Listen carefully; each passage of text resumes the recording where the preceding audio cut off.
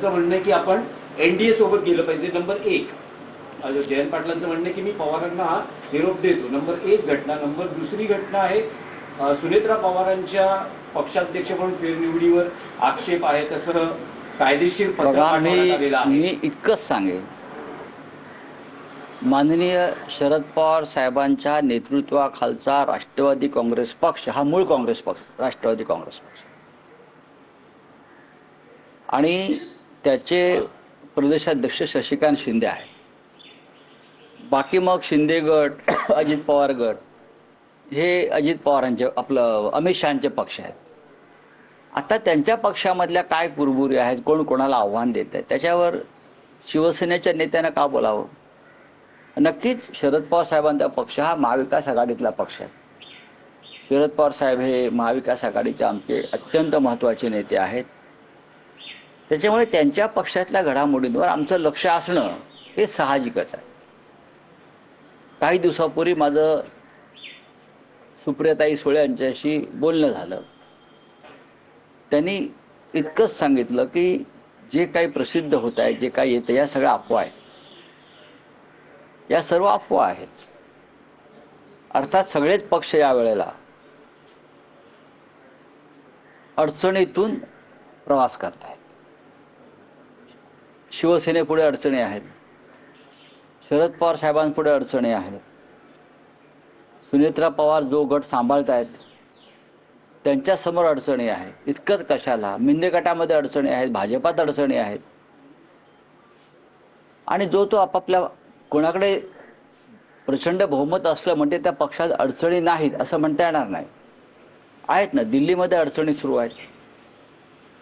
आम्ही आमच्या पक्षापुरतं बोलू. उद्धव ठाकरे माननीय शिवसेना पक्षप्रमुख यांच्या नेतृत्वाखाली आमचा मार्ग कसा व्यवस्थित होईल आणि आम्ही पुढे जाऊ याच्यावरती आम्ही काम करू. आणि माननीय शरद पवार साहेब हे महाविकास आघाडीतले महत्त्वाचे नेते आहेत आणि त्यांच्या पक्षातल्या अडचणी दूर करायला ते समर्थ आहेत, एवढंच मी सांगतो. अडचणी या निर्माण केल्या जात आहेत बाह्य शक्तींकडून. जसं पूर्वी भारतामध्ये काही घडलं की परकीय हात आहे असं म्हटलं जायचं, तसं या प्रत्येक अडचणीमागे विरोधी पक्षातल्या एक बाह्य शक्ती आहे. ती बाह्य शक्ती म्हणजे मोदी शहांची.